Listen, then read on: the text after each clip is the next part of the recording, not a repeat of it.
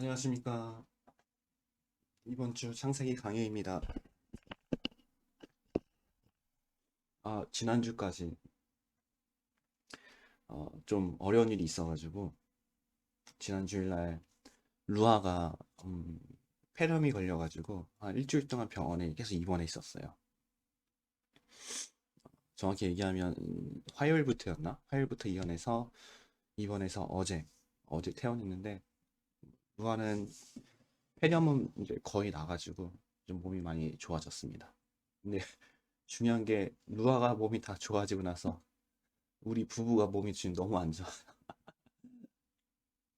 특히 제가 지금 몸이 너무 안 좋습니다. 지금 아마 좀 그 병원에 있으면서 또 제가 또 학교 일이 너무 많아가지고 이제 뭐 낮에는 병실에서 아내랑 같이 아기 보다가, 네, 밤에 자면은 전 집에 와가지고 좀 야간에도 작업하고 또 새벽에 다시 병원에 가서 잠자고 좀 그랬거든요. 그러다 보니까 몸이 많이 힘들었나 봐요. 그래가지고 거의 어제 밤에는 머리가 너무 아파가지고 거의 누워 있었는데, 그래서 지금 상태가 지금 좀 많이 안 좋다고 말씀을 좀 드리려고 좀 서론이 좀 길었습니다. 이거 시간이 너무 아까운데 그냥 발로 본론으로 들어가겠습니다. 그래서 제가 목소리가 많이 안 좋아도 좀 양해를 해주시기 바라겠습니다. 자, 창세기 1장 2절 우리 또 함께 하도록 하겠습니다. 제가 먼저 읽어볼게요. 땅이 혼돈하고 공허하며 흑암이 깊음 위에 있고 하나님의 신은 수면에 운행하시니라. 아멘. 우리가 지난주까지 신약에서 본 삼위일체에 대해서 우리 함께 나눴습니다. 그래서 간단하게 말씀드리면 지난주에 우리가 신약에서 본 삼위일체, 그러니까 복음서에서 삼위일체 하나님을 어떻게 말씀을 하고 있는지, 어떻게 설명을 하고 있는지, 그 삼위일체 하나님의 속성에 대해서 우리 함께 나눠봤죠. 그러니까는 삼위일체 하나님은 두 가지 속성이 있다고 했어요. 그러니까 첫 번째 속성은 같음. 그러니까 성부, 성자, 성령의 하나님이 완전히 그러니까 같으면서 또 다른 속성이 뭐냐면 완전히 다름으로 존재하신다고 하셨죠. 그래서 제가 다시 한번 말씀드리면 성부 하나님이 제1격이죠. 그 다음에 성자 하나님이 제2격, 성령 하나님이 이제 제3격. 그러니까 성자, 성령 하나님은 성부 하나님의 종속이 되어 있는 겁니다. 그러니까 삼위일체 하나님이라는 것은 성부 하나님이 가장 주죠. 그렇죠? 근데 이 주면서 동시에 성자, 성령 또 성부 하나님의 속성이 완전히 다름이 속성이 존재한다는 것입니다. 그렇죠? 그러니까 이거는 제가 말로 설명을 해도 사실상 우리 인간의 머리에서 혹은 제 3차원의 세계에 살고 있는 인간, 이 세상에 살고 있는 우리 인간, 그러니까 육으로만 되어 있는 우리 인간으로서는 사실상 이해하기가 힘든 상황인 거죠. 그래서 이 같음과 다름이 존재하는 것, 그러니까 삼위일체 하나님의 두 상반된 속성이 존재하는 것에서 중요한 속성이 뭐냐면 바로 이 동시라는 것입니다. 동시. 그러니까 뭐 어떨 때는 같고 완전히 같고 어떨 때는 완전히 다름이 아니라 항상 동시에 같음과 다름이 존재를 한다는 것이에요. 그래서 성자 하나님이 동시에 같고 그러니까 성부, 성자, 성령 하나님이 완전히 같으면서 동시에 완전히 다른, 그쵸? 이 속성을 가진 존재가 바로 삼위일체 하나님이라고 얘기할 수 있겠습니다.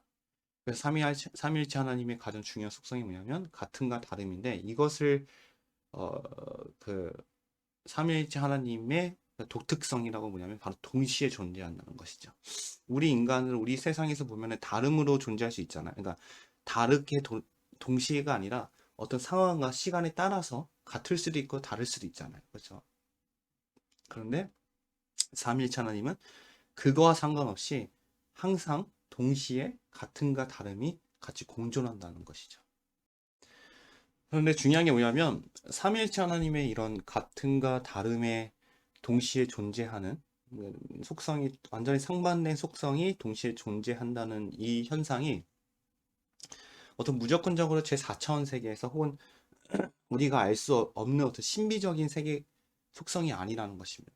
그러니까 우리 주위에서도 혹은 이 세상에서 지금 나와 있는 어떤 과학적인 것에서 우리가 충분히 발견할 수 있다는 것입니다. 대표적으로 요한일서에 보면은 하나님께서 빛이시라고 하나님은 빛이라고 비유를 하셨잖아요. 그렇죠? 그러니까 빛을 통해서 하나님의 속성을 충분히 알 수 있다는 것입니다. 우리가 성경을 볼 때 보면은 하나님께서 성경을 기록할 때 영적인 거를 육적인 것으로 비유해서 가시적으로 표현한 경우들이 많이 있어요. 가장 대표적인 게 선악과 사건에서 뱀이죠. 그러니까 사탄이라는 영적인 존재를 뱀을 통해서 뱀의 특성을 통해서 사탄을 가시적으로 표현한 거고 또 선악과 사건이죠. 그 선악과 사건은 이제 어떤 그러니까 인간이 처음으로 죄를 이제 얻는 원죄를 얻게 되는 경우잖아요. 그러니까 그 사건이 실제로 어떤 선악과라는 육적인 거 물질이 그걸 먹었 사건이 아닌 거죠. 육적인 것을 실제로 여길 수밖에 없고 그러니까 하나님을 떠날 수밖에 없고 가시적인 것만 바라볼 수밖에 없고 사무엘상 16장 7절인가요? 그걸로 보면은 외모만 바라볼 수밖에 없는 즉 원죄를 저지를 수밖에 없는 그 인간의 죄를 선악과라는 어떤 가시적으로 보여지는 것을 통해서 표현을 하신 게 선악과 사건인 거죠. 그리고 대표적인 게 누가복음 10장 3절에 보면은 예수님께서 제자들을 보낼 때 너희를 그러니까 이리 가운데를 보내는 어린 양이라고 했잖아요. 그렇죠? 또 요한복음 1장 29절에도 예수님께서 자신을 세상 죄를 지고 가는 하나님의 어린 양이라고 또 표현을 하시기도 하죠. 그러니까 이런 사건 이렇게 말씀하신 게 비유하신 게 실제로 진짜 제자들이 어린 양이 아니고 또 예수님이 실제로 그 육적인 어린 양이라는 게 아니잖아요. 그러니까 비유를 하신 거는 그 육적으로 비유를 한 그 동물이든 어떤 것이든 간에 그 육적인 것이 가지고 있는 그 특징으로 영적인 것을 묘사하시는 것이죠. 예를 들어서 누가복음 10장 3절에서 이리 가운데로 보내는 어린 양이라는 것은 그 어린 양의 특징이 뭐죠? 그냥 이리한테 잡아먹힐 수밖에 없는 가장 연약한 동물인 거죠. 이 양이라는 또 동물이 실제로 보면은 동물 중에서도 가장 연약한 동물이에요. 뭐 자기를 보호할 수 있는 없어요. 우리가 알고 있는 숫양, 그쵸? 어른 양이는 뿔이라도 있잖아요. 근데 어린 양은 뿔도 아직 자라지 않는 상태고. 그러니까 어린 양이 살 수 있는 방법은 딱 하나밖에 없어요. 목자예요, 목자. 그쵸? 그러니까 그런 특성들을 비유해서 그 예수님이 보내는 제자들, 그러니까 세상에 이제 그 이리 가운데를 보내는 그 제자들을 그 어린 양의 특성을 가지고 이제 비유를 한 거죠. 그러니까 이런 식으로 예수님께서 성경에서 기록되어 있는 영적인 것을 육적으로 비유를 하실 때는 그 영적인 것을 보이지 않는 영적인 것을 가시적으로 육적인 것을 통해서 말씀을 하시려고 하는 것이다라고 볼 수 있는데 그 육적인 것에서도 육이 가지고 있는 특징들, 그렇죠? 그렇게 볼 때 하나님은 빛이시라고 할 때 빛이 가지고 있는 분명히 영적인 의미도 있습니다. 그렇죠? 어둠을 이길 수 있는 거는 빛밖에 없잖아요. 그래서 물론 그런 특징도 있지만은 빛이라는 그런 구성, 그러니까 빛이 가지고 있는 그런 구성을 통해서 영적인 하나님을 설명을 할 수 있다는 것입니다. 빛의 구성을 보면은 간단하게 이해해서 입자와 파종으로 되어 있습니다. 이거는 뭐 여러분들이 과학책이나 좀 찾아보시면은 이제 충분히 알 수 있는 거고요. 제가 알기로는 1900년하고 1905년에 한 분의 이름을 잘 모르겠습니다. 마크 플랭이었나? 그 사람하고 아인슈타인이 이제 각각 파동설과 입자설. 그러니까 빛은 파동으로 인해서 빛이 이제 비춰지고 구성되어 있다. 근데 아인슈타인은 입자설이죠. 입자설을 주장을 했죠. 근데 이게 양자역학이었나? 양자역할로 인해서 입자와 파동으로 구성으로 두 요소로 이제 되어 있다는 게 빛이라는 것이 이제 판결이 났죠. 지금까지 이제 그걸 실제로 이제 받아들이고 있는 과학계에서는 지금 그러고 있습니다. 그래서 빛이라는 것은 입자와 파동으로 되어 있다는 것이거든요. 근데 입자와 파동을 우리가 생각해 보면 입자가 무엇이냐면 물질과 물체예요. 그러니까 질량이 있는 물질과 물체입니다. 그러니까 쉽게 얘기해서 이거예요, 이거. 예, 그냥 물질. 그냥 이게 굉장히 작아진 걸 입자라고 하는 겁니다. 그러니까는 뭐냐면 진짜 실제로 우리가 만져지고 질량이 있고 그쵸? 부피가 있는 물질과 물체를 입자라고 하는 것이죠. 근데 그거와 완전히 그거와 완전히 반대적인 의미를 가지고 있는 게 바로 파동이라는 것입니다. 파동은 어떤 물질이 아니고 현상이에요. 그러니까 진동이 멀리 퍼져나가는 현상. 예를 들어서 여러분들 그 잔잔한 물가에 돌을 이렇게 던지면은 물결이라고 하나요? 그게 막 퍼져나가잖아요. 그러니까 수파라고 하죠. 그런 현상을 파동 혹은 파장이라고 하고 물론 파장과 파동은 또 다르다고 또 할 수 있죠. 그 음파, 그렇죠? 음파, 그런 지진파, 전자기파 등 그러니까 이런 현상들을 파동이라고 합니다. 그러니까 파동은 어떤 현상인데 입자는 어떤 물질이에요, 물체고. 그러니까 완전히 상반된 속성을 가지고 있는 두 요소인 거죠. 그런데 완전히 상반된 어, 속성을 가지고 있는 두 요소들이 하나로 되어 있는 게 바로 빛이라는 것입니다. 그래서 입자와 파동은 빛에 종속되어 있다는 것이죠. 그렇죠? 그래서 입자와 파동이 완전히 다른 속성인데도 불구하고 다시 완전히 하나, 그러니까 분리할 수 없는 하나로 되어 있기 때문에 빛이라는 게 존재를 하는 것입니다. 그러니까 아까 얘기했던 삼위일체의 구성, 삼위일체의 속성, 완전히 성부, 성자, 성령 하나님이 다른 속성을 가지고 있음에도 불구하고 완전히 성부 하나님한테 종속되어 있어가지고 하나가 되는 동시에 그렇죠? 그런 현상이 지금 현재 과학에서 이 세상에서 이루어지고 있는 것이 바로 빛이라는 것입니다. 그래서 요한일서에서 하나님은 빛이라고 하실 때 그런 빛의 특성을 가지고 삼위일체 하나님을 하나님께서 가시적으로 말씀을 하신 거다라고 볼 수 있습니다. 근데 다시 한번 얘기하면 자, 입자라는 것은 그러니까 질량이 있는 거잖아요. 그게 뭐 몇 킬로든 간에. 몇 킬로도 안 나가겠죠. 어떤 무게가 있잖아요. 그렇죠. 입자라는 것 자체가. 근데 파동은 전혀 그런 게 없는 현상이잖아요. 근데 빛의 속도를 보면은 1초에 약 7바퀴 반을 돈다고 합니다. 그러니까 30만 킬로미터죠. 1초에. 그러니까 이게 뭐냐면, 어, 어떤 무거운 짐을 들고 질량의 어떤 물체를 들고 이만큼의 속도를 내고 있다는 거예요. 빛이라는 게. 그렇죠. 이거 무슨 말이냐면 분명히 입자와 파동에 두 가지 속성이 있는데, 그러니까 입자라는 어떤 질량이 가지고 있는 질량이 있는 입자만의 고유의 속성이 있는데, 이 고유의 속성이 파동에게 전혀 영향을 주지 않는다는 것이죠. 그러니까 파동은 파동대로, 입자는 입장대로 그 고유의 속성을 간직하면서 서로에게 영향을 주지 않지만은 서로 공존하고 있는 자체가 바로 빛이라는 것입니다. 이거를 가장 대표적으로 표현하는 게 바로 유리가 그러니까 빛이 유리를 통과하는 것이죠. 그러니까 입자라는 건 물체잖아요. 물질, 부피와 그 질량이 있는. 근데 이게 완전히 막혀 있는 이 유리를 통과한다는 것이죠. 그 물질이 이 유리를 통과한다는 거예요. 그거는 말이 안 되잖아요. 그렇죠?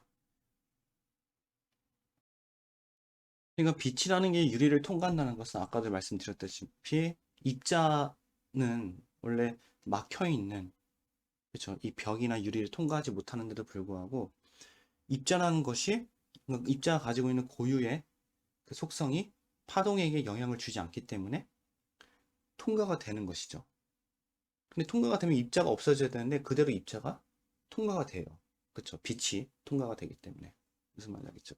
그러니까는 고유의 속성을 가지고 있지만은 서로에게 영향을 주지 않는 그 속성이 하나로 되어 있는 존재가 바로 이 빛이라는 것입니다.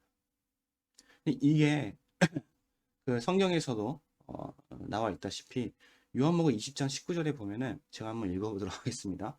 이날 곧 안식 후 첫날 저녁 때에 제자들이 유대인들을 두려워하여 모인 곳에 문들을 닫았더니 예수께서 오사 가운데 서서 가라사대 너희에게 평강이 있을지어다. 이걸 내가 지난주에도 제가 나눴나요? 그 예수님이 십자가에 돌아가시고 나서 제자들이 이제 다락방에 모여서 문을 다 잠그고 숨어 있잖아요. 그렇죠? 근데 예수님께서 그 닫은 문을 통과해서 그 제자들 가운데 들어오시죠. 부활하신 예수님께서. 그때 제가 이거를 부활체라고 얘기했죠. 분명히 육적인 것이 있으면서도, 왜냐면 이후에 제자들하고 식사도 하고 또 도마가 만져보기도 하고, 그렇죠. 그러니까 육적인 것이 분명히 존재하는데 속성은 또 영적인 속성으로 이렇게 초월적인 속성으로 나오는 것이죠. 그래서 제가 지난주에도 말씀드렸다시피 굳이 왜 문을 닫았더니라는 이거를 왜 왜 성경에 이렇게 기록을 하셨을까? 이게 없어도 충분히 되거든요. 모인 곳에 예수님께서 오사. 그냥 이렇게 하면 되는데 문을 닫았더니 이걸 왜 넣으셨을까? 이걸 넣으신 이유가 뭐냐면 제가 말씀드렸죠. 강조성이 있다고 하죠. 강조성. 분명히 없어도 되는데 기록하셨다는 것은 하나님께서 이 말씀을 통해서 엄청나게 강조를 하고 싶은 것이 있기 때문에 기록하셨다는 것이죠. 그 이유는 뭐냐면 부활하신 예수님은 육이 부활하신 것이 아니라 영이 부활하신 거고, 그러니까 부활했다기보다는 육에 있는 예수님 안에서 진짜 예수 그리스도가 이제 나오신 거고, 그렇죠? 그 예수님께서 3일 후에 이 땅에 다시 내려오셔서 다른 육으로, 완전히 다른 육의 모습으로 제자들 가운데 서시고, 그리고 그거는 육에 초점이 있는 것이 아니라 영에 초점이 있다는 것을 나타내시고, 그러니까 육에 초점이 아니라 영에 초점인데 그 영은 그냥 보이지 않는 추상적인 그런 하나님이 아니라 육이 있는 것처럼 완전히 실제이면서도 완전히 영이신, 그러니까 속성이 완전히 다르죠. 육과 영은 속성이 완전히 다르잖아요. 근데 이 속성이 공존할 수 있고 하나가 되는, 그렇죠? 그러니까 그런 육처럼 실제이면서도 영이신 하나님을 말씀하시기 위해서 이 문을 닫았더니라는 기록이 있다는 것입니다. 그래서 문을 닫은 곳에 이걸 통과하셔서 직접 제자들에게 교제를 나누시는 그런 부활하신 예수님의 모습이 바로 빛이라는 특성, 구성을 가지고 충분히 설명을 할 수 있다는 것입니다. 또 하나가 뭐냐면 이제 그렇다고 빛이 어떤 모든 유리를 다 통과하는 건 아니잖아요. 그렇죠? 어떤 유리만 통과하죠? 그렇죠? 깨끗한 투명한 유리만 통과를 하잖아요. 거기다 이제 뭐 검은색 페인티지를 하든지 완전히 어둡게 하든지 그렇게 색깔을 묻혀 놓으면은 빛이 통과를 할 수 없죠. 그렇죠? 물론 이제 그것은 더 이제 얘기를 또 해야 될 부분이 있는데 이걸 제가 나중에 다시 한번 기회가 되면 말씀을 드리도록 하겠습니다. 제가 지금 목이 너무 아파가지고 오늘은 딱 삼위일체 속성에 대해서만 말씀을 좀 드리도록 하겠습니다. 자, 또 하나가 뭐냐면 촛불로 이제 촛불의 구성으로 본 삼위일체입니다. 삼위일체 하나님에서 중요한 게 뭐라고 했죠? 같으면서 다름인데 이게 어떻게 존재한다? 바로 동시에 존재한다는 것이죠.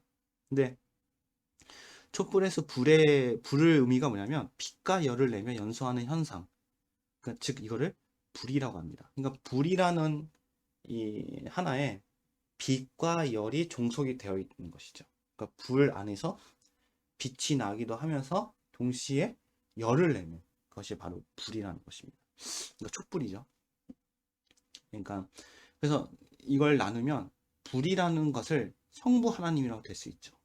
그러니까 제1격 완전히 종속되어 있는, 그렇죠? 그러니까 불인데 거기서 성자 하나님 빛, 그렇죠? 빛이라고 볼 수 있고 이거를 열은 성령 하나님, 그러니까 직접적으로 역사하시는, 직접적으로 열기가 느껴지는, 그렇죠? 그러니까 이거를 성령 하나님이라고 볼 수 있습니다. 그래서 불, 빛, 열. 이것도 완전히 다른 그거잖아요. 그 속성이잖아요. 그렇죠? 그러니까 빛과 열은 완전히 다른 속성이죠. 근데 그럼에도 불구하고 불이라는 곳에서 하나로 완전히 존재를 하는 것이죠. 고유의 속성을 가지고 있으나 하나로 존재하는. 그렇죠? 그래서 이렇게 보면 될 것 같습니다. 그러니까 다른 공간과 다른 공간에서 같은 시간에 다른 공간에 있는 것. 그러니까 이거는 독립적인 존재라고 볼 수 있죠. 그렇죠? 그러니까 삼위일체 하나님을 설명을 하는 거예요. 그러니까 성부, 성자, 성령 하나님이 다른 공간, 같은 시간에 다른 공간에 있으면 그거는 독립적인 존재다. 근데 다른 시간에 같은 공간에 있으면, 그렇죠? 완전히 다른 시간에 같은 공간에 있는 거죠. 그걸 고유 속성을 가지고 있는 존재. 또 하나는 같은 공간에, 같은 시간에, 같은 공간에 있는 거죠. 같은 시간, 같은 공간. 그거는 독립적인 존재이면서 고유 속성을 가지고 있는 존재이다. 그러니까 삼위일체 하나님이 하나로 되어 있는 것이죠. 그렇죠? 근데 이 세 개를 가장 잘 표현한 게 바로 요한복음 14장 16절입니다. 분명히 같은 시간에 지금 다른 공간에 존재를 하고 있는 거예요. 그렇죠? 왜냐하면 예수님께서는 아버지께 지금 구하고 있고 그 아버지가 또 다른 보혜사를 지금 또 보내주신다고 약속하죠. 그러니까 다른 지금 완전히 어, 다른 공간에서 지금 존재를 하고 있는 거죠. 동시에. 근데 동시에 같은 공간에서 지금 또 같은 시간에 있는 것이죠. 그렇죠. 지금은 말하는 거, 그러니까 이 말하는 입장과 듣는 입장과 이제 역할을 해야 되는 입장은 분명히 다르지만은 삼위일체 하나님이기 때문에 이게 또 하나로 하나의 공간과 하나의 같은 시간으로도 볼 수 있는 것이죠. 그래서 이게 내 아버지께 구하고 있으 또 다른 보혜사 전사 너에게 주사 영원토록 너희 함께 있게 하시니라. 그래서 이런 속성을 가진 것이 바로 삼위일체 하나님이고 삼위일체 하나님은 어떤 신비적이고 어떤 제4차원의 세계에서 우리가 이해할 수 없는 어떤 그런 현상이 아니라 물론 성경에서 증거하는 것 안에서만 혹은 이 제3차원 세계에서 우리가 성경적인 관점에서 볼 수 있는 것만 알 수 있겠죠. 이거 이외에도 분명히 더 큰 능력과 속성이 가지고 있는 게 분명히 삼위일체 하나님입니다. 그런 관점으로 보면 신비인데 적어도 성경에서 증거하고 있는 삼위일체 하나님, 그러니까 신약에서 증거하고 있는 삼위일체 하나님, 그러니까 즉 우리가 알 수 있는 삼위일체 하나님, 그렇죠?는 충분히 이 세상에서 빛이나 아니면 촛불이나 또 샴상둥이 같이 그런 걸 통해서 우리가 충분히 알 수 있다는 것입니다. 근데 중요한 게 뭐냐면 같은가 다름이 다른 환경에 따라서 이게 다른 시간과 공간에 따라서 같을 수도 있고 다름이 아니라 동시에 같으면서도 동시에 다르다는 것입니다. 이게 가장 중요하다는 것입니다. 삼위일체 하나님을 설명을 할 때 이런 비유도 많이 들었었어요. 예를 들어서 아빠. 저는 어떤 상황에서는 우리 아내에게 남편이잖아요. 남편. 그렇죠? 근데 어떤 상황에서는 루아에게는 제가 아빠죠. 근데 어떤 상황에서는 우리 부모님한테는 제가 또 아들이죠. 그렇죠? 이렇게 삼위일체 하나님을 설명을 하시는 뭐 예도 있고 설명도 제가 들었는데 이거는 상황과 환경에 따라서 달라지는 거잖아요. 그렇죠? 혹은 이거 물이 있으면 뭐 그냥 일반적인 액체에서 물인데 이게 얼려지면 얼음이 되고 그렇죠? 또 이거를 이 물이 뭐 바다로 흘러가게 되면 바닷물이 되고 이것도 결국에는 상황과 시간, 그러니까 공간과 시간에 따라서 달라지는 거잖아요. 그러니까 이게 아니라 다른 그러니까 공간과 시간이 달라질지라도 다름과 같음이 동시에 항상 존재한다는 것입니다. 그렇죠? 그러니까 그게 바로 빛이라는 것이고 그게 바로 촛불, 그러니까 불, 그 현상.